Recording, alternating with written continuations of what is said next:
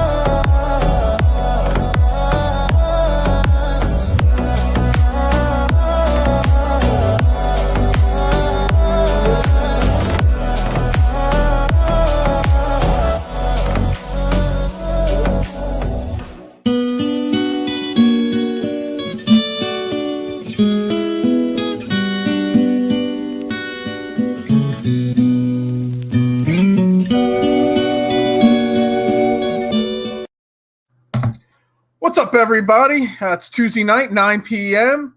Means it's Fairway to Heaven time, only on the All About the Birds network. I am Phil Stiefel, joined as always. Let me get this zoomed in out of here. We need to back off the face a little bit here. It's a little uncomfortable. Yeah, that was a little uncomfortable there. So, Phil Stiefel, Jason Sullivan, the group is here. We're ready to break down this week's Memorial Tournament up there in Dublin, Ohio, Muirfield Village Golf Course, another legendary course, just like the Colonial last week for the Charles Schwab Invitational. Got lots of information to dive into. Smaller field this week, a newly redesigned course. Real quick, got to pay the bills. Got to do a little this and that real quick. If you're watching on Facebook, make sure you click share, like it, follow us. Make sure you turn notifications on. If you're on YouTube, the All About the Birds YouTube channel, make sure you're subscribing and turning on notifications there as well. And if on Twitter, make sure you give us a retweet, a follow, just so that everybody can join the show. Post your comments, your questions in the comments section. We'll greatly get to each and every one of them as we can. Real quick, like I said, paying the bills. We got to thank our shout out to our sponsors, Statement Games, fun free twist on fantasy sports. Make sure you sign up in the link in the bio section of the show. Odds Jam, their arbitrage calculator, helps you not lose money. Obviously, our shop store, aatbirds.com/shop. Where you can get the great stuff like Fifth Place Phenom and Fairway to Heaven merch. We greatly appreciate any and all support there. I lost my spot there on my taglines here. 99 jerseys. Make sure you check them out. AAT Birds for 20% off. 99jerseys.com and our other sponsor, Manscaped. It's Father's Day coming up really soon, a couple weeks away. Make sure you check out these sites and use that AAT Birds code for 20% off. Support or thank your dads and your fathers. You know, great places to get them gifts, dog dads as well. Don't forget about them. Make sure you check them out. Make sure you get your dads or your fathers or your husbands exactly what they want. Manscaped and 99 jerseys. They won't be disappointed at all. All right, now all that is out of the way. You know, we're going to talk about him a few times, so I'm triggered There we go. ready to go with the Fifth Place Phenom logo. Make sure you buy the Fifth Place Phenom merch before it gets pulled down because we get blocked by Tony Finau. Yeah. So how are we doing this week, Jason? Doing good, man. Ready to move on from last week. Not the best week DFS-wise for me, so I'm ready to move on. I like this course, like the field. I'm excited. Yeah, it's a really exciting course. It's a really tough course, but it's a really exciting field. It's a smaller field. What I have 121 golfers. Again, means you're going to have 55, 60% of the people making the cut again, which really makes it interesting. But compared to last week, there's a lot more top-end golfers in the field. They also have done a lot of renovations to this course, correct? Yeah, that's what I'm interested in seeing. I mean, I've heard some people say that there's not going to be any real noticeable renovations. I've heard other people say it's going to be noticeable and don't really weigh course history. So it's going to be interesting. What are you looking at stat-wise as where you're building your lineups based off of? So it's another relatively long course, 7,543 yards, par 72, bent greens, very fast greens. You're going to want to really focus on strokes gained total. You're going to want guys that do well across the board, I think, this week a lot. Approach is really important, like always. I think putting is pretty important this year, and scrambling. People that are good around the greens it's going to be really important. So I also heard this, I think it was Pat Mayo that was talking about this. Guys that play well at TPC Sawgrass play well at this course. So that's an interesting kind of course comp. It's not really a similar course, but guys that do well there do well here too. So it's interesting. Yeah. I also heard an interesting topic about thinking of a funnel when you're looking at it. So like driving accuracy might not be quite as important as, hitting the green and your approach and your work around the green, because it's like the fairways start really wide. And then as they get closer and closer to the green, just like a funnel, they shrink up a little bit. So yeah, putting. The one thing I read with all the new putting surfaces have been resurfaced and redone. So they're going to be lightning quick, the putting greens. So you definitely want guys that can putt. But yeah, I think it's another one. We use this term not every single week, but a lot, ball striking. And ball striking is going to be so key. So your iron players, your guys that are really good on approach, definitely important. I'm actually staying away from a lot of the big drivers, at least in the sense where I'm not going to the biggest boomers or biggest, hitters first. That's a plus, third, fourth down the line. But I'm looking at that second shot and that around the green and putting this week. That's the key right there. I think it's a second shot golf course. You're going to want guys that are good iron players like Morikawa, JT, guys like that fit really well on this course because their second shots are so good. Yeah. It's also really interesting because I think you're going to see a totally different score. It's a tough course. You might not see the 7, 8, 9 under win it, but you're not going to also see last year, was it that Jon Rahm won at 20 under or 19 under? Mm-hmm. That's not going to be the case either. Last year, they hosted 2 straight events at this course, the WGC Workday Classic, and then this event as well. The next week, they toughened it up over the, from Sunday to Thursday, but the players were on the course. They were familiar with the course. So it kind of made Jon Rahm and the scoring last year be pretty low. I don't see it being that way. It was also kind of crazy last year. I don't know if you watched this tournament, but as soon as Rahm and his group finished on the greens, they were literally tearing the greens up at this course. They were making the course. I think they're going to make it tougher. Jack doesn't want this course to be 20 under kind of thing. This has traditionally been a pretty tough event. I heard the stat the other day that the cut has only been under par one time since 2003 at this tournament. Wow. So the cut line is probably going to be +1, +2. It's not going to be a birdie fest, I don't think. Given scoring is going to be important, but I don't think it's going to be, one of those 20 under type events. It's going to be another one of those grinder courses, and we're going to get into them when we get into the 9K range on DraftKings. But a guy like Patrick Reed, who disappointed big time last week, but you're going to want those grinders, the Hideki Matsuyamas, the guys that can just grind out a golf course. They are what you're going to look for this week. And if you look at it, I've got the last, 8 years worth of winners list here. You had Jon Rahm last year, Patrick Cantlay, Bryson DeChambeau, big names. Then you had Jason Duffner, you had McGirt, Lingmerth. You had Hideki in 2014. He wasn't a huge name yet in 2014. Matt Kuchar. So you have all different – you've got boomers or bombers like Bryson and Rahm. You've got the Kuchars and the Duffners who just kind of finesse their way around the course. You got big names. You got small names. It's kind of all over the place with who wins this kind of an event. No, I completely agree with you. I kind of like courses that are like this because it's not just a bomber's paradise, like you said. Like a lot of different guys can win, and I think that's where the strategy comes into a little bit more. And if there is any sort of if they make this course tough, I think this week, I think they're going to, that factors in a whole different side. The Euro guys, like we always talk about, are really, really I think valuable this week. Absolutely. And sleepers, this is actually the week, answering Johnny's question. We'll get into it when we get to the bottom half of the DraftKings board. But, there's so many great players, and there's also so many good players that are priced in that 7,200 to 6,500 range where you can go with 2 10K or above guys. And with the small field and the fact that 55, 60% of the people are going to make the cut, if you take 2 guys in the 6K and one of them makes the cut, you're still probably cashing most likely. So, it's one of those I pretty much never see there's going to be a lot of sleepers that can make you money on DraftKings. Yep. Yeah, and I pretty much never say this. I mean, pretty much every week we get to the 6K, and I say, "Oh, I hate this range." I actually like the 6K range. I think I have about like 10 or 12 guys I really like in the 6K. Absolutely. I Should I tell my sleeper of the week right now for Johnny? What's that? Should I tell my sleeper of the week for Johnny right now? Sure, go for it. I don't have a set sleeper just yet, but okay. Sleeper of the week, Patrick Rogers. Patrick Rogers. You write that down, Johnny Ulecka. Mr. Rogers is going to be a winner, right? I wouldn't say a winner, but. I mean, I love, if you're going to go into the cheap guys, I don't have a bet on him to win. I have a bet on him in the top 30. I got Wyndham Clark. I loved him last week. I love him again this week. Too. You know, he's a great DFS play every week. He's always super cheap, but he's also been playing super good golf. I don't know what his odds are. I know he was, where was he? He was 4.5 to 1 to finish in the top 30. That bet's already locked in by me. And I got him as one of my stars that he's going to have to be in 30 to 50% of my DraftKings lineups for sure. Me too. Same thing for me too. 7 straight made cuts for a guy that's the guy's playing great. He's finally 6,700, I think. Yeah, he's 6,700. He's finally figuring it out. He was like one of those guys where he wasn't sure. So Mike's checking in. He thinks top 20 for Patrick Rogers. Oh, hell yeah.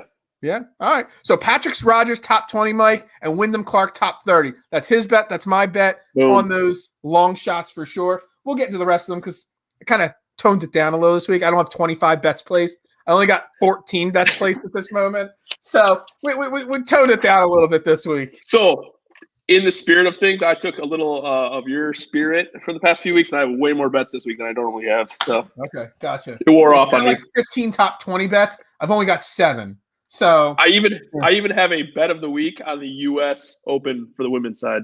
Oh wow! We'll save that. We'll get into that later. It's a teaser. You know, don't let me forget that. All right, so let's get into this course real quick. Charles Schwab, Kokrak won last week. Did you have Kokrak last week on your play? No, neither did I. Jordan Spieth, though, your boy, kind of collapsed on Sunday, did he not? I didn't have him either. I had a really bad week. I don't even want to talk about it, but I had a really bad week last week.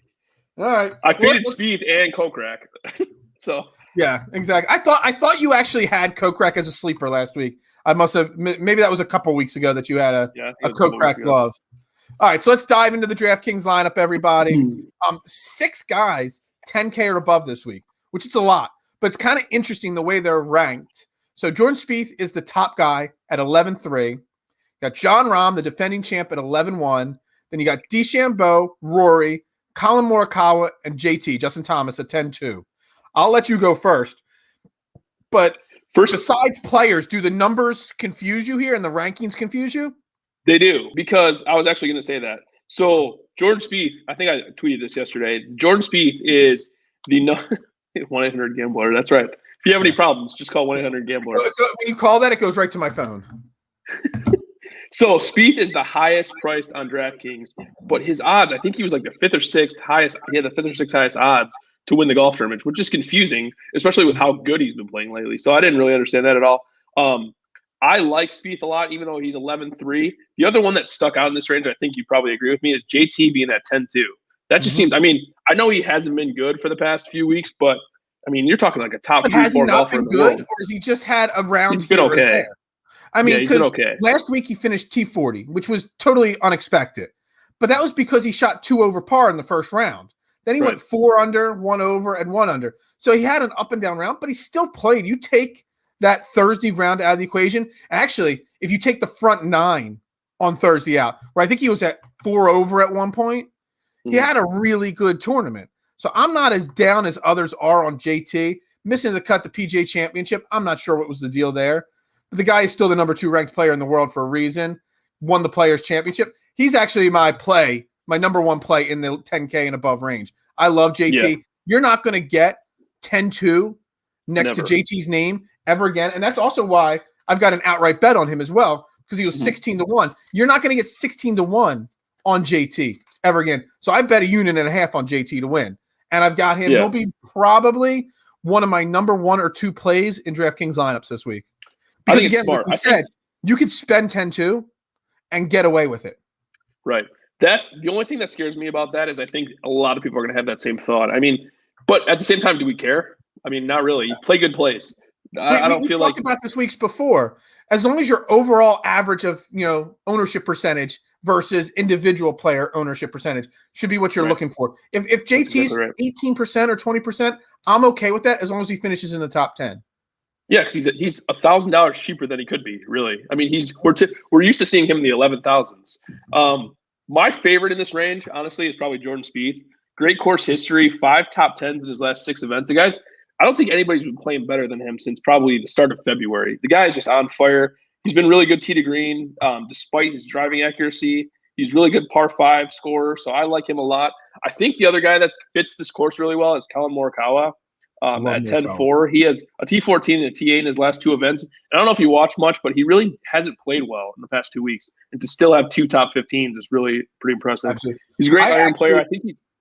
I actually was able to build a lineup with JT and Morikawa in it and still be very comfortable with it.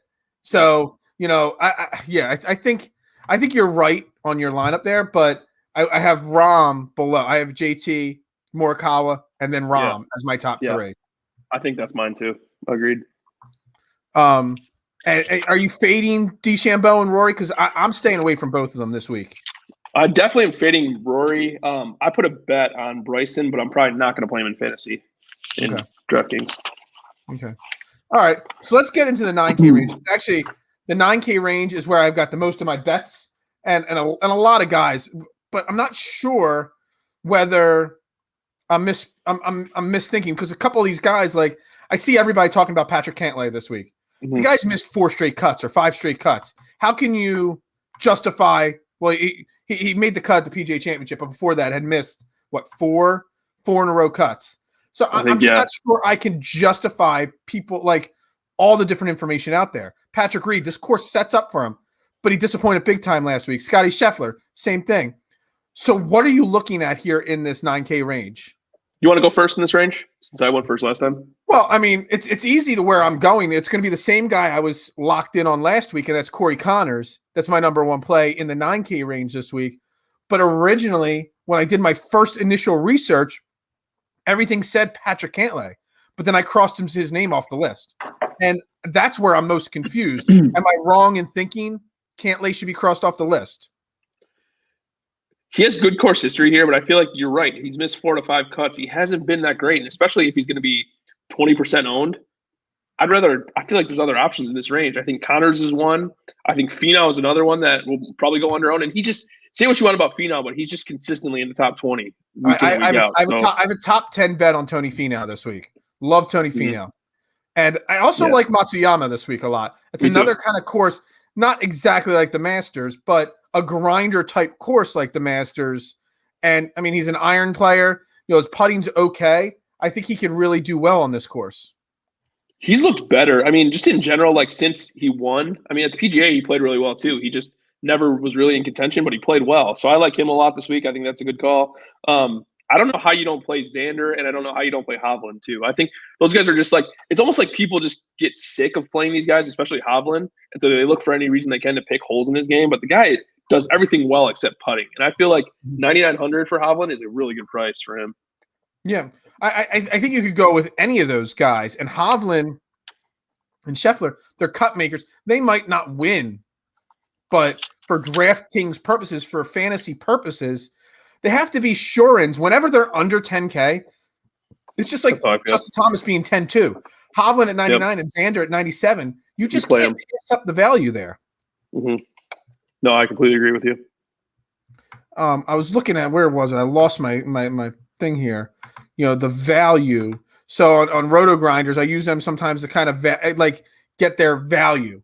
And out of the guys in the top 10 or 12 in prices, Xander Schauffele is the highest value based off of fantasy points scored versus cost. So how and Victor Hovland is the top 4 guys. It's Xander in value, Justin Thomas, and then Victor Hovland out of that top half of guys. So how you can't love that kind of return on your money spent is beyond me.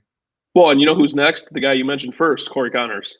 So absolutely, he's right up there too. I mean, I like Victor Hovland. I like Xander Schauffele. I will play them this week. But if in the 9K, I'm probably going to start a boatload of lineups with just Corey Connors and Finau, and then see how it plays out from there. Yeah, they're going to be tag teams. in lineups a lot for me. Yeah, I like that too. Especially, I feel like this week. Usually, I typically like to play guys in the 8K range. I feel like this week the 8K range is kind of strange. Like I don't really like too many guys in the 8K, so I could easily see myself starting 2 9K guys and skipping over the 8K. What about your boy? You said in a private message that Reed was basically dead to you. Reed, as you know, everybody knows I love a Patrick Reed. I'm always a fan of his game, but he's missed 2 of his last 4 cuts. But sandwiched in between that, he's got a T6 and a T17, and he finished 8th at the Masters. So his last 5 outings, he's got an 8th, a cut, a 6th, a 17th, and a cut. What's the deal there? I feel like you play Reed at courses that are tough. Like you said earlier, long, tough courses is where he plays well. I feel like you don't play him at Birdie Fest. If you think it's going to be a Birdie Fest, you don't play Reed. It's kind of proven true. Last week, and he missed the cut last week. Oh, don't say that to me. I'm just saying. I know. I had a ton of Patrick Reed last week. I mean, when you're talking tough courses, last year this course finished 2nd on the PGA in toughest courses on tour. So that counteracts him missing the cut. Does he bounce back? He doesn't miss 2 cuts in a row. True, but he's going every other at this point, so that scares me too. That's not good. No. So you're saying you're staying away? Are you fading Patrick? I'm not playing him this weekend. No, I feel like in my head, I feel like he's a good play, but I feel like I'm probably not going to play him this week, to be honest. So let's go. I'm looking at his last 10 or 12 tournaments. So he had the win at the Farmers, then he had a 66 in Saudi, then 9th at the Workday, then he missed the cut. After missing the cut was the Players, finished tied 22nd. 8th at the Masters, then missed the cut. Then after missing the cut, T6. So T6, yeah, T17, then cut again. Yeah, exactly. So the normally when he misses the cut, he finishes at least top 20, if not top 10. I'm going to sprinkle it. If I max out the dollar entry like I did last week, 20 lineups, I can guarantee you Patrick Reed will be in 6 or 7 of them probably. Okay, I can live with that. Is that a fair usage of him at that price? Again, he's 9,100 for a former major winner. Well, and he's probably going to be your second guy in all the lineups. So I like him as a second guy for sure. Yeah, I think you talked me into it a little bit. Yeah, don't let me talk you in too much. I had a really bad week last week, so I hit my bets. I hit my top 20s, but I didn't do much on DraftKings. Which, by the way, last week we did our first ever competition where we both entered a lineup to see who did better, and we gave those lineups on the air. Let me tell you something. This is basically how my week went overall. His lineup that he entered: Tony Finau, Gooch, Harmon, Morikawa, Streelman, and Wally. I entered them in the dollar lineup in the max entry that I did. 29,000 plus people in this thing. His lineup finished inside the top 1,900. My best lineup of the week was Jason's lineup. My lineup, on the other hand, finished outside the top 13,000 of Hoffman, Sneds, Grillo, Kirk, Siwoo, Withdrawal, and I don't even know who the last name is I have on there. I can't even read it. Berger. So Siwoo Kim last week kicked my ass. So yeah, definitely. He's definitely. I hate those withdrawal guys. Yeah. The and guys that withdraw, my lineup. The guys that play well and then they withdraw, I hate them. I automatically start hating them. Absolutely. I don't buy that injury stuff. No, suck it up. Yeah. All right, let's get into that 8K. You say you're confused with the 8K, or you're not happy with the 8K. You got Sam Burns at the top. You got Neiman, Fitzpatrick, Cam Smith, Oost, Lowry, Hoffman, Sungjae M, Horschel, Keegan Bradley, and Ricky Fowler back up into the 8K range at 8K. He's slowly Which is crazy. It's crazy for him to be 8K. But yeah. Let's talk Ricky first. Ricky finished 8th at the PGA Championship after missing his previous 2 cuts. Have we jumped the gun on Ricky Fowler with the cost here a little bit?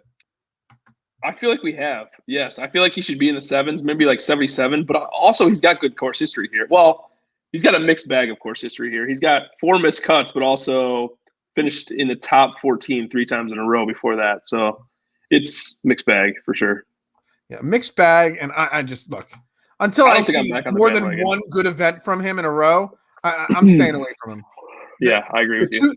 The 2 names I like the most, and you sometimes have your ownership projections up on there. I don't know. Do you have them up right now?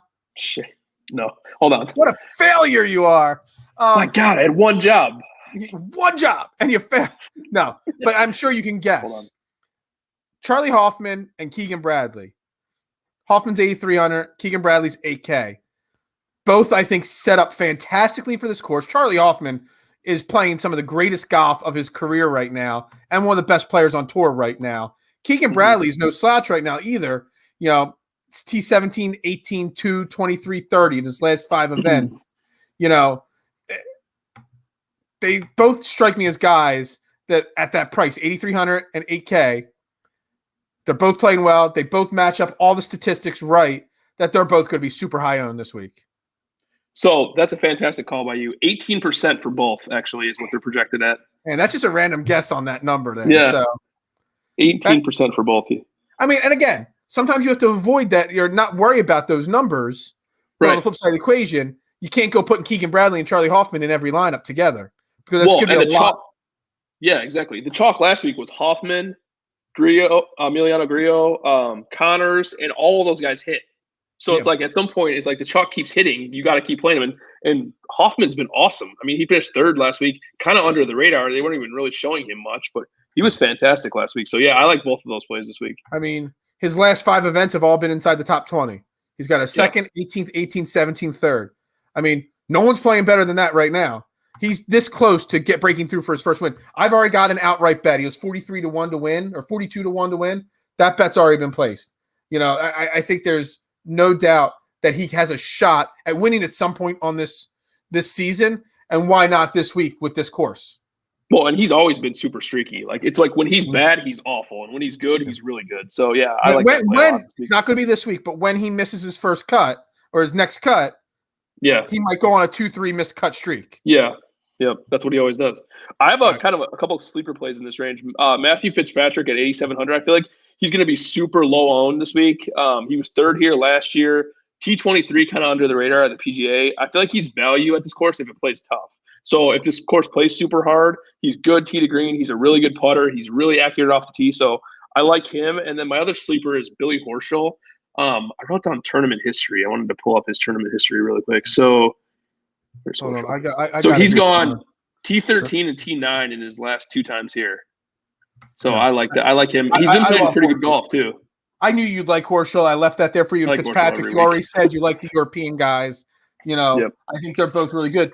And we keep saying how bad this 8K range is, but yet I got more names. I like Cam Smith this week, and I like Louis Oosthuizen, who's another vet who's playing fantastic golf right now. I mean, 2nd at the PGA, 8th at the Valspar, his last 2 outings.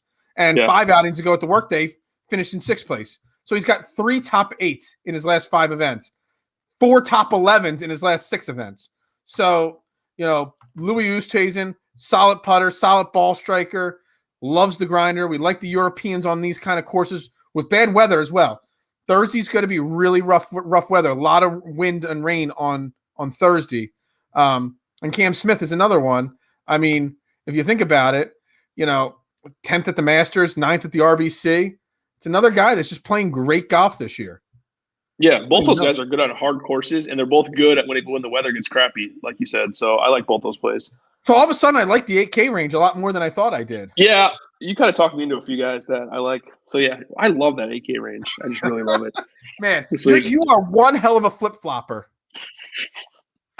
Don't spit your beer out. I just follow what everybody says. What everybody says, that's what I just do, pretty much. Don't spit your beer out. All right. Let's get to the 7K range. I actually the 7K range is always chock full of names, always a lot of mispriced guys that are either too high or too low. I have a couple I really like. I'm all over Grillo this week, just like last week, but I think he'll be another chalk play. Where are you looking right now in the 7K range, at least in the top half, to start this off? I like Grillo too. Grillo I definitely like. I didn't play him last week at all because I figured he was going to be too chalky, and that kind of bit me in the ass. The other one I like is Gary Woodland. I felt like Gary Woodland at 9,100 was way too highly priced last week, but back at 79, I feel like that's a lot more comfortable. I feel like he has good course history here. He's done pretty well in his last 3 events too, T14, T38, and 5th in his last 3. So I like Woodland a lot at 7,900. My main man, Christian Bezadenhout I think he's 7,600 this week. I love him, especially if the course plays tough. And my other one is Streelman. I don't know how you don't play Streelman at this point right now. He's playing probably the best golf he's ever played. I think Streelman is extremely underpriced. I think Bezuidenhout's underpriced.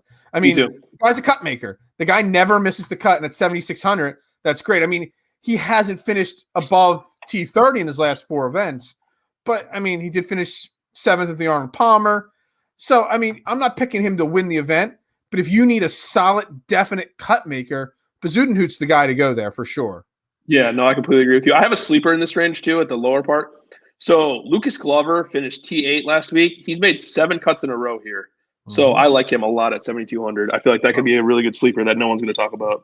Yeah, I like Glover. And the next name that I'm on, and again, I'm not trying to,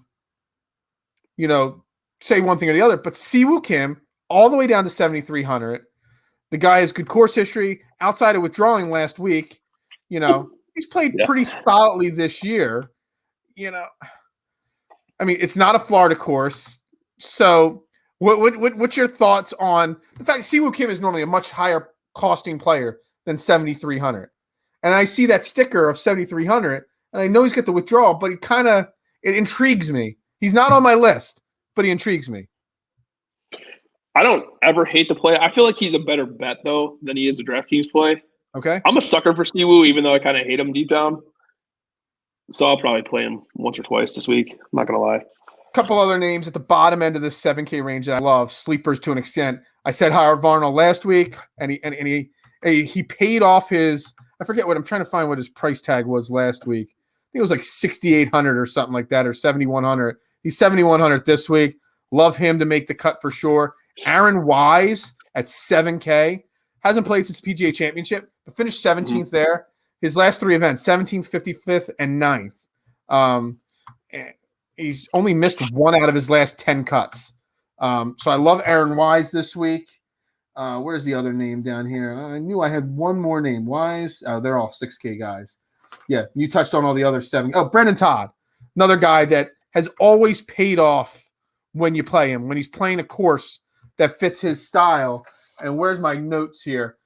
Shots gained putting. He is second in the field behind Oosthuizen. So again, a guy that's going to putt well. If he can get it on the green, he's going to putt, and he's not going to lose strokes on putting, especially on a tough course. He missed the PGA Championship cut, but 8th last week. So he paid off last week for me for sure. Yeah, he's solid. I like another guy. He's missed 2 cuts here, but Taylor Gooch, he has made, let's see, 1, 2, 3, 4, 5, 6, 7 of his last 8 cuts. So I feel like at 7,100, he's got some upside. T14 last week. I like Gooch. Yeah, absolutely. I mean, Schwartzel's okay. Kuchar's okay. Yeah. Matt Wallace was a guy. I loved him last week. He was like 81 or 8,200 last week. Yep. He kind of disappointed with a 56th place finish. But he's dropped down to 7,400. Again, if you're looking for a cut maker, he's made 1, 2, 3, 4, 5, 6 cuts in a row. 7 of his last 8 cuts. He's not going to light the world on fire. But again, a British guy, good with bad Tough weather, course good courses. I might sprinkle a little Matt Wallace in. Yeah, I don't mind that either.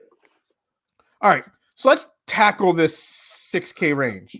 Because we said it, this is kind of one of those weeks where when you're having these smaller fields, 60% up to could make the cut. Which means that, you could go 2 guys in the top 10K, and you can take some stabs down here. There's a lot of names. I'll let you go first if you'd like. Sure. Give me your top end 6K guy. Who's your favorite 6K guy?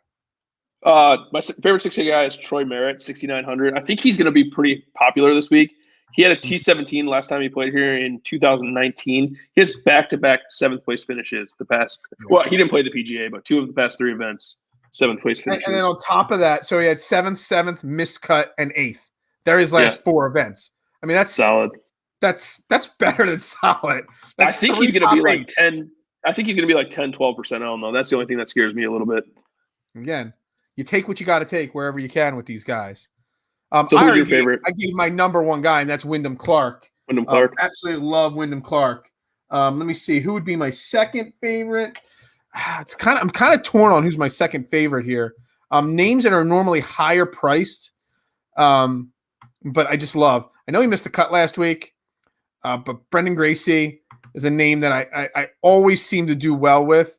And where's the other guy? He's 6,700. Where's my other guy? I like Lanto too this week. Lanto, you always love Lanto Griffin. You probably like Doc Redmond too, don't you? Not this week, no. No, okay. And then another guy at 6,500. Again, he hasn't finished inside the top 70 yet, and since the Honda Classic in March, the guy makes cuts. He's made 5, 6, 7, 8, 9, 10 straight cuts he's made. Brendan Steele at 6,500. So Steele and Gracie are two guys that I just keep looking at, and I just keep loving at that price tag. Yeah, I had Steele too. Another one, Kyle Stanley, 6,100. He's in really good form right now. I feel like he's way underpriced. He has good course history too. So I love Kyle Stanley this week. Patrick Rogers I already mentioned. And then I agree with you on your Steele call too. I think that's a good one. One last one, a guy that could get it going with the putter a little bit, I think, is Adam Hadwin. T8 last week, and I kind of like him a little bit this week. Yeah. Martin Laird, another name. Scottish guy again, plays good on, or European guys play well on these types of courses and course conditions. He's made a lot of cuts. He missed the Valspar, but he's made a lot of cuts. Like him this week a lot. Let me see here on my list here. What else I got? Name that really kicked my butt last week. Let me go down here and bring up his course history real quick. I was really high on him last week. Missed the cut, obviously, but had 3 great events before that. And that is Russell Knox. He's only 6,100. He didn't play awful to miss the cut. He shot 2 over par, which was basically 1 off making the cut. It's one thing if you miss the cut and you're shooting, 6, 7 over par. It was 2 over par. He had a 39th and 18th and a 21st his 3 previous events. So I'm not sure. He's on my maybe list right now, but it's a name I'm really, really kind of zoning in on that should get bumped over to my probably play a lot of list. Well, and I think he's one of those guys too. He's never going to win, but a T30 is not out of question. So a T30 at 6,100. Yeah, that's a huge. Yeah, absolutely. So another name, I was looking at course history and before the show. Let me get down here to the bottom of this sheet that I'm looking at here. A name that hasn't played great golf this year. What's his price? Hold on a second here. I got way too many spreadsheets opened up on my computer right now. All right, he's down at the way bottom. Okay, that's why. There he is. All right, so course history. Okay, last year, 44th and 56th, 7th place in 2019. Terrible recent form, but really good course history. Jason Duffner, and he's won the event. Duff Daddy? Duff Daddy, 6,200. He's made 3 straight cuts at this event, but he's made 3 of his last 5 cuts on tour. So I'm not sure. Thoughts on the Duffster? I can't do it. I'm trying to look at his ownership. What do you think his ownership's going to be? Like 4 or 5%? 1%. Wow. They're saying. I love it. Now I'm all over Duff Daddy. I used to play Duff Daddy all the time. I'm going to go for the 4, 10, 20% guys and throw Duff in there. All right, so you're looking at the ownership percentage. Who are the top 4 or 5 owned projected guys? So the absolute highest owned golfer is going to be Victor Hovland. So Victor Hovland is actually tied with Hoffman and Bradley. They're all 18%. Those are the highest. Oh, so nobody's in the 20% projection range. Nobody's in the 20. They have Streelman at 15, Griot at 17. I'm trying to find other high Finau 16, which is pretty high for him actually. Cantlay 17, Xander 15. Those are the highest ones. Spieth 15. Gotcha. So we got a question. Michael Parks checking in here. Kyle Stanley. Love Kyle Stanley this week. Love him. Yeah, I didn't even. He's not on my. Is he on my list here? Let's see. I got way too many names on my list. So no, he is not on my list there. So I got to bring up some information. He's 6,100. So okay. So Cantlay. I'm sorry, not Cantlay. Stanley here. He missed the cut last time he played here. He has a T2, a T6, 74, and a 3rd here. He has his last 4 events. He's done better than T39 each time. So T39, T23, T26, and T8. So I feel like at 6,100. How did Stanley miss my list? I don't understand. I got to thank Mike for bringing his name up, and then you giving me all this great information. Last year should be 8th. Yeah, I feel like he should be 6,900 or 7,000. I feel like he's underpriced for sure. 4 of his last 5 cuts made. He's got a 14th and an 8th in those last 5 events.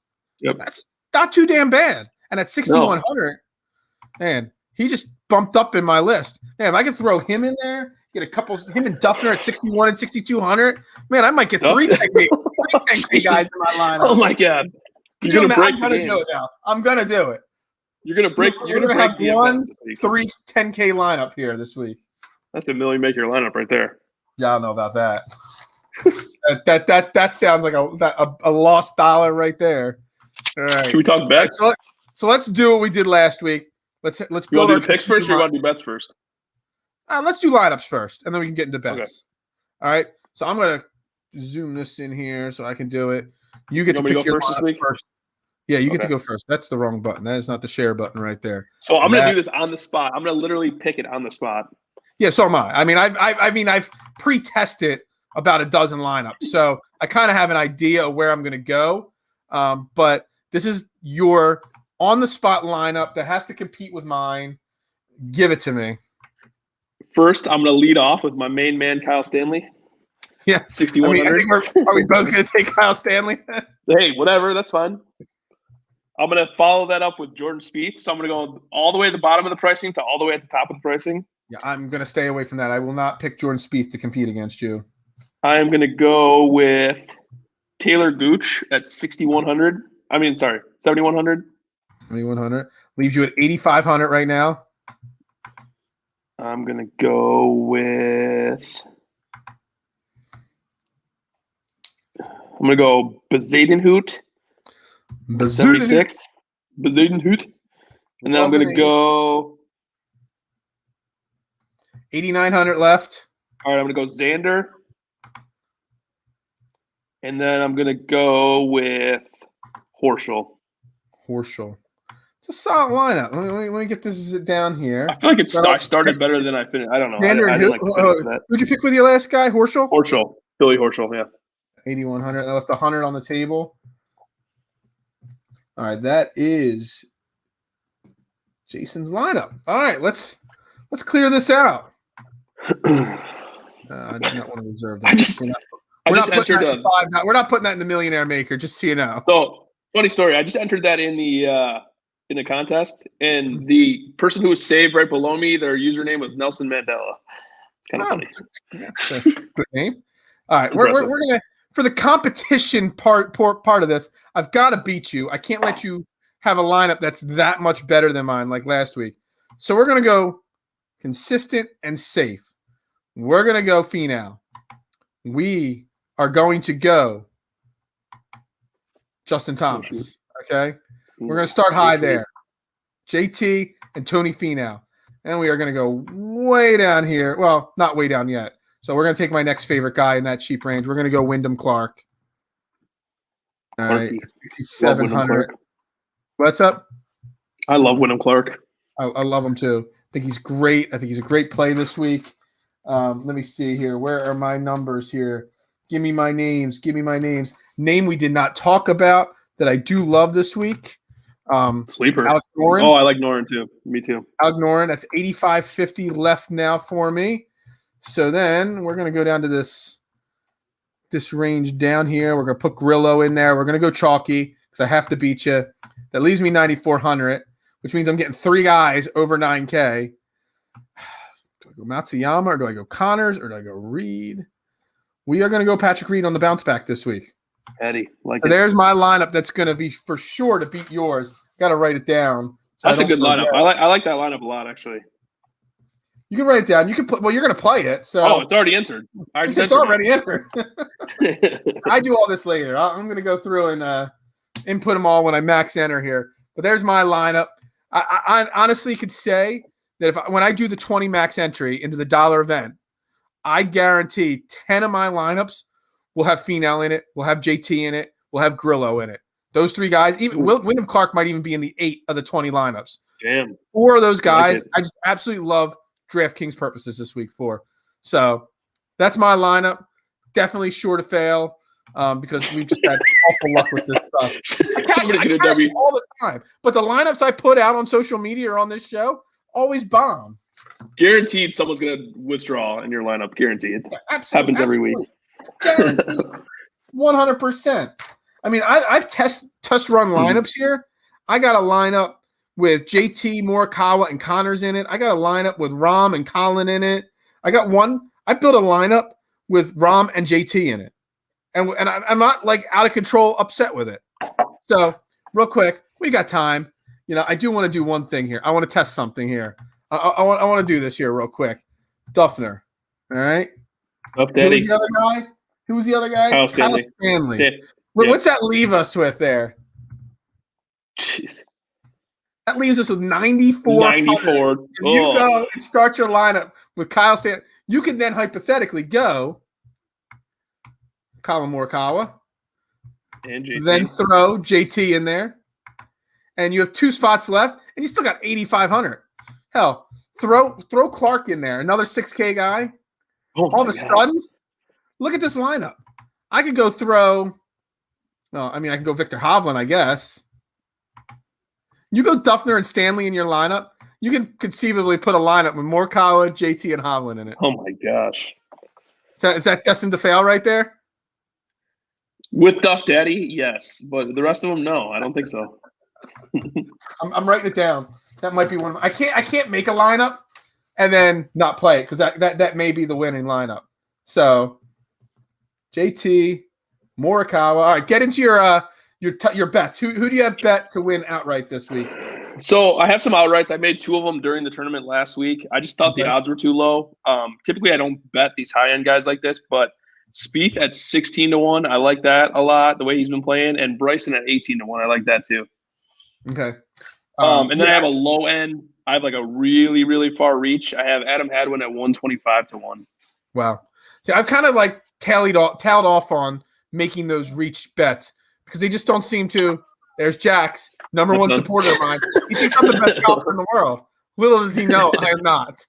He also picked your number for T-ball, so that's there right. you have it. Did. Number 8 means he's going to be a great baseball player one day. I've kind of slowed off on the 100-1, the 80-1 guys to win outright because honestly, the odds of them winning are so slim. It's just there's better money to be spread around elsewhere to win. I think so too. I only got 3 bets this week so far outright. I got Morikawa at 16-1 and JT 16-1. Put 1.5 units on both those guys, and then I did bet Charlie Hoffman at 42-1. And 42-1 sounds like a reach, but I don't actually think it's a reach. I think he can conceivably win the event. I got 2 top 10 bets. I got Tony Finau at 2.8-1, and kind of taking a stab in the dark here that Patrick Reed bounces back.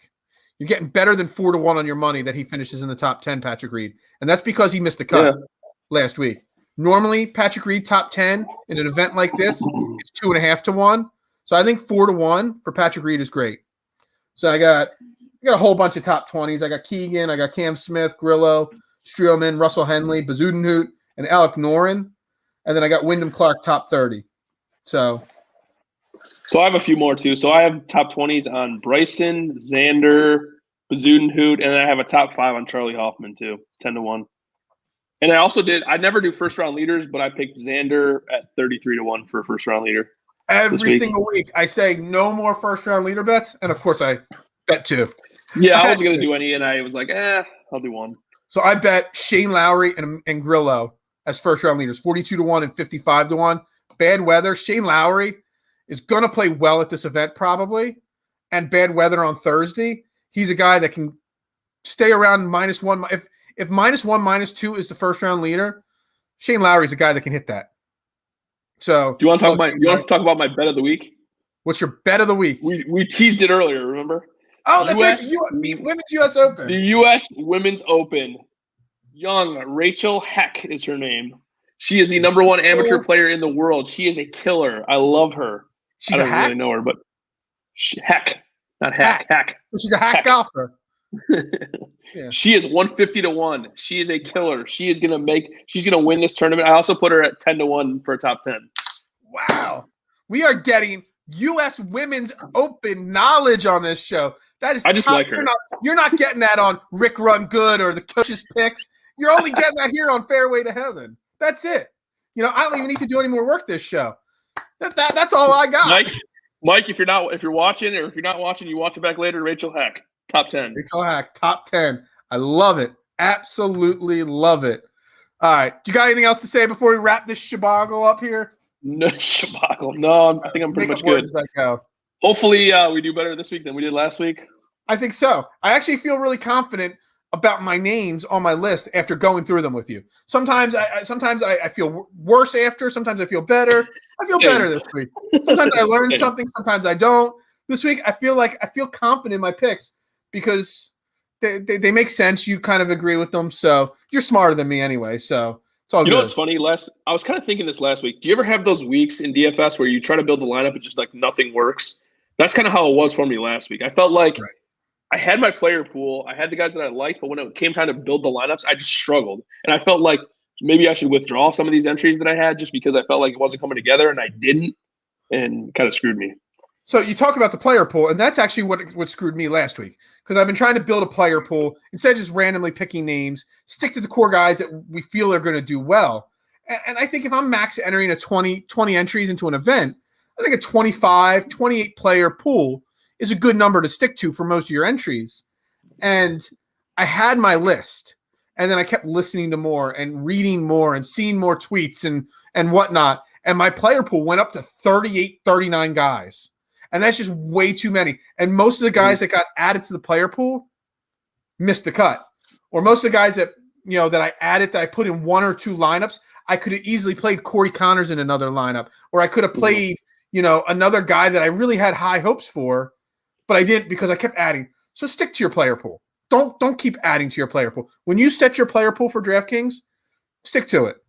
Yeah, I try to do 10 or 15 lineups a week. I usually do my goal is 20. So if it's 18 or if it's 22, I don't that's fine. But I try to stick right around 20 each week for 10 to 15 lineups. Yeah, exactly. So, I mean, stick to it and don't let, listen to your 2 or 3 most favorite trusted voices, us, because we're trusted. These faces are trusted, few others. And then that's it. You don't need to listen to 20 podcasts.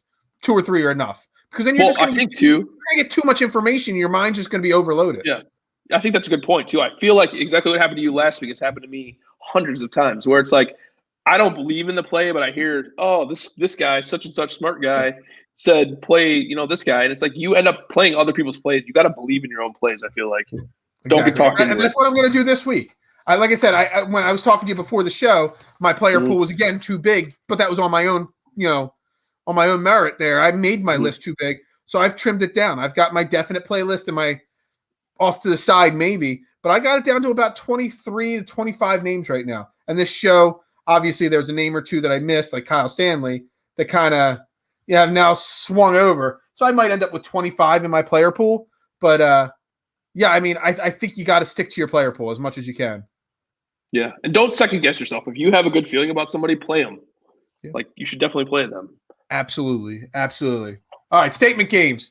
Best fun, free new fantasy sport out there. Make sure you sign up for them. They always have a golf event. They post it on Wednesday.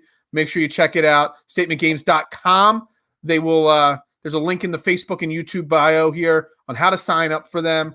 Odds Jam. They don't have golf on their site yet, but for all your other, got NBA basketball going right now. Their Arbitrage Calculator helps you calculate how to not lose money. It basically tells you what the odds are on all different websites, all different sports books, and it finds out how you can bet the Sixers and the Wizards if that's on their Arbitrage Calculator. If there's 2 different lines, say the Sixers are favored on one and the underdog on another site, they're going to tell you that so that you can bet both and still profit and make a little bit of a, you might not make $1 million on it, but if you bet $10 on one and $10 on the other, you're still going to come out ahead a couple bucks. So that's what their Arbitrage Calculator does. Make sure you sign up on the link below.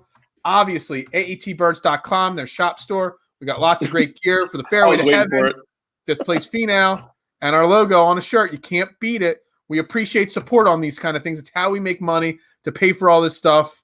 Not even the entries, just the streaming service and all the other stuff we do. Some of our All About the Birds gear there. Some really great stuff that we've got up on there. Make sure you check it all out. We'll leave it up there one more time because I love it. I love my 5th place Finau. And 99jerseys.com. AAT Birds is the promo code for 20% off. Best jerseys in the biz. All kinds of fun jerseys. The Kobe High School jerseys. The Mighty Ducks jerseys. You name it, they got it. From movies, TV shows, high schools, colleges of players. Check it out. And, of course, Manscaped. AATBirds.com. Or AAT Birds is the promo code on Manscaped.com. Gets you 20% off and free shipping. 99 jerseys. Manscaped. Father's Day right around the corner. Not only, as the Manscaped slogan is, your balls will thank you, Your husbands will thank you if you get them something from Manscaped or 99 jerseys for sure. No doubt about it. So make sure you check those sites out. They support us. We support them. Jason, that wraps up this week's show. Next week, we got one more small tournament. I wrote it down somewhere. I forget what it's even called. I don't know. It's a small event. Small event next week. But then we're 2 weeks away from the U.S. Open, where my boy Bryson gets to defend his crown.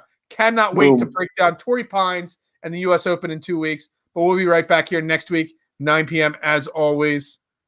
That's Jason Sullivan. You know, earlier in the show, you saw Jax, his sidekick right there. The man, number 8 right there for T-ball. T-ball, not baseball. It's T-ball.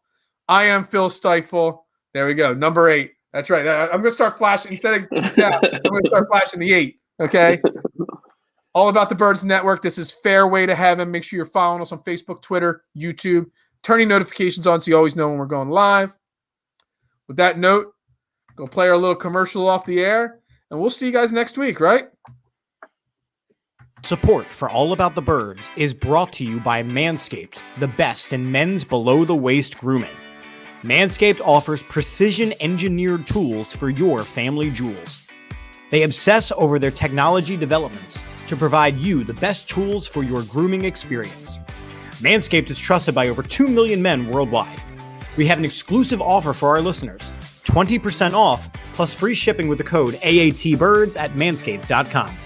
Manscaped hooked us up with a bunch of tools and formulations from their Perfect Package 3.0 kit, including the Lawnmower 3.0, which comes with an LED light for a more precise shave and is waterproof to make your shower shave clean and easy. The Perfect Package also includes a deodorant for your undercarriage to prevent odors and chafing, a reviving lotion, a pair of boxers and a t-shirt, not to mention a travel bag to store all your grooming goodies. Get 20% off and free shipping with the code AATBirds at manscaped.com. That's 20% off with free shipping at manscaped.com and use the code AATBirds. Unlock your confidence and always use the right tools for the job with Manscaped. Your balls will thank you.